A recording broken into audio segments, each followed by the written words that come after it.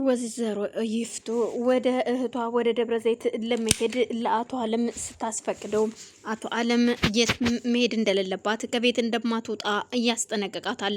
ምክንያቱም ህብስት የት እንዳለች አላቅም፣ አንቺ ነሽ ይህን ሁሉ ነገር እያደረግሽ ያለሽው፣ ህብስትን ከደበቅሽበት ቦታ አምጫትና መሄድ ትችያለሽ፣ ያለበለዚያ ግን ህብስት ቤት እስካልገባሽ ድረስ አንቺን እዚሁ ቁጭ ብዬ ጠብቅሻለሁ እንጂ ከቤትም ሆነ እህትሽ ጋር የትም ቦታ መሄድ የለብሽም ይላታል። እሷም በፍጹም አይሆንም፣ እኔ ስለሷ ልጅ የማውቀው ነገር የለም፣ እባክህ እኔ እህቴ ጋር ሄጄ ትንሽ አረፍ ብዬ ልምጣ ብትለውም በፍጹም አይሆንም ይላታል። ወንድሙም አንቺ ካንቺ ውጭ ህብስትን ማንም ሰው ሊነካትም ሆነ ሊያግታት አይችልም። እናም አንቺ ነሽ የዚህ ሁሉ ሴራ አሰሪ።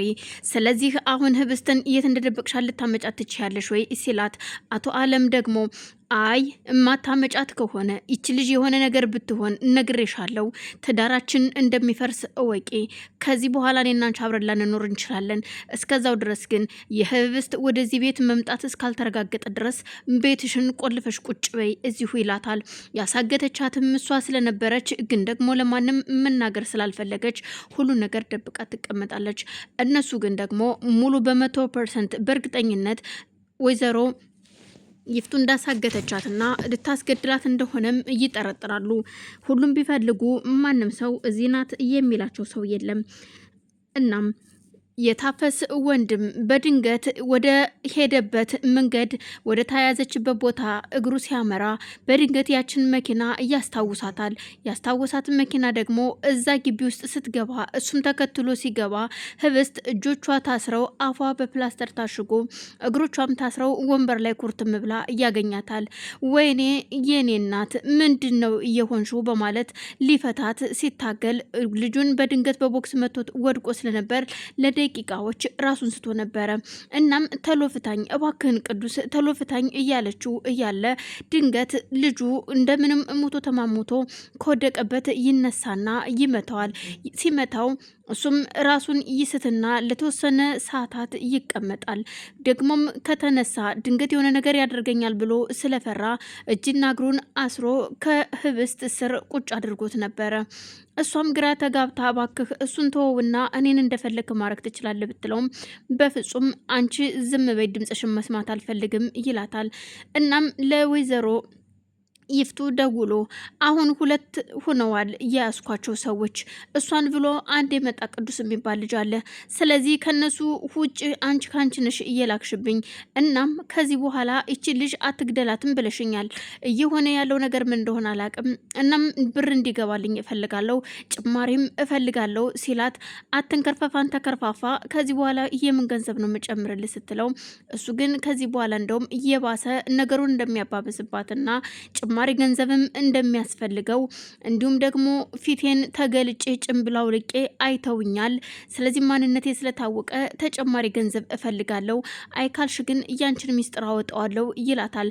ይህን ሁሉ ነገር ማን እንዳደረገው ግን እያንዳንዱ ድርጊት ታቅ ነበርና እዩልህ ስትለው ልጁንም እዩልህ ማን እንዳሳገተኝ አቃለው ጠንቅቄ፣ ምክንያቱም ወይዘሮ ይፍቱ ነች ይህን ስራ እየሰራች ያለችው ስትለው፣ እሷንም አንቺ ማን አፍሽን ክፈቻለሽ፣ ማን ናውሪያለሽ፣ ድምፅሽን መስማት አልፈልግም በማለት ድጋሚ አፏን በፕላስተር ያሽገዋል።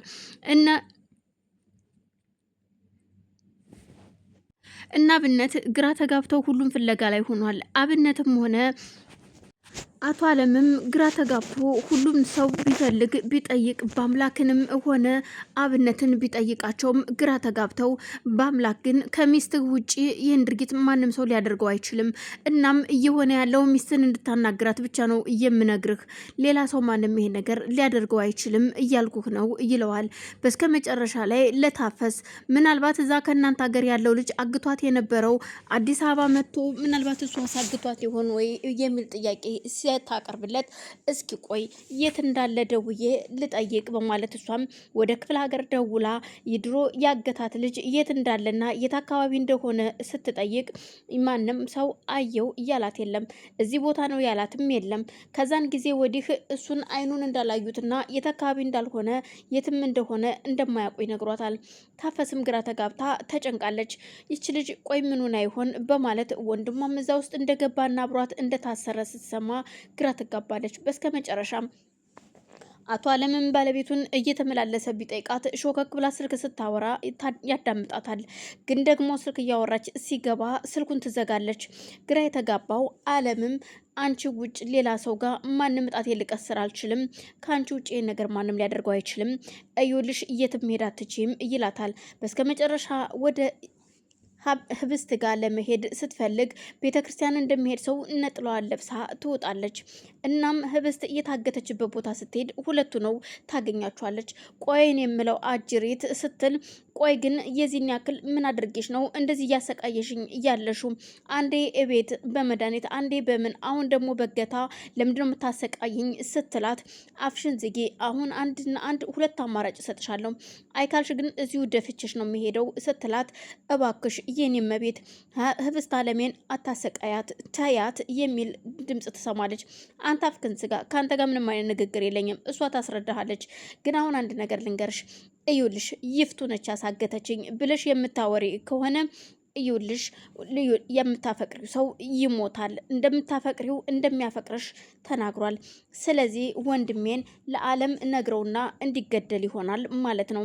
ስለዚህ እሱ እንዲሞት ካልፈለግሽ ደግሞ አንድ ነገር ልንገርሽ፣ እኔ እንዳላሳገትኩሽ ትናገሪያለሽ፣ ሌላ ሰው እንዳገተሽና ምንም ነገር የምታውቂው እንደሌለ ትናገሪያለሽ ትላታለች። እሷም አማራጭ ስላልነበራት ያልሽኝን ሁሉ አደርጋለሁ፣ ግን ስለሱ ተይው፣ ቅዱስን ምንም ችግር የለውም፣ ቅዱስ ከኔ ጋር የመጣ ነው፣ እኔን ፈልጎ ነው የመጣው፣ እሱ ምንም የሚያውቀው ነገር የለም ትላታለች። ከዛም ትፈታትና ግልምጫና ስድቡም እንዳለ ሆኖ ወይዘሮ ይፍቱ ወደ ቤት ስትመጣ አቶ አለም ልጆቹን ሰብስቦ ቁጭ ብሎ እች ልጅ አሁን የት ሄዳ ነው ደግሞስ አሁን የት ነው ሄደችው? ይፍቱ የት ወጣ ነው ሲባል ታፈስም ስትጠየቅ እንዳላየቻትና የት እንደሄደች የምታውቀው ነገር እንደሌለ ትነግራቸዋለች።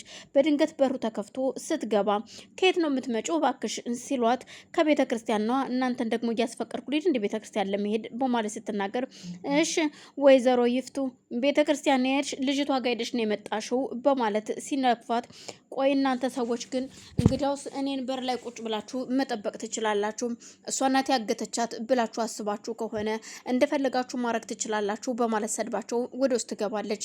መኝታ ቤቷ ገብታ በሯን እንደዘጋች አሁንም የውጭ በር ይከፈታል። የመጣችው ህብስት ነበረች።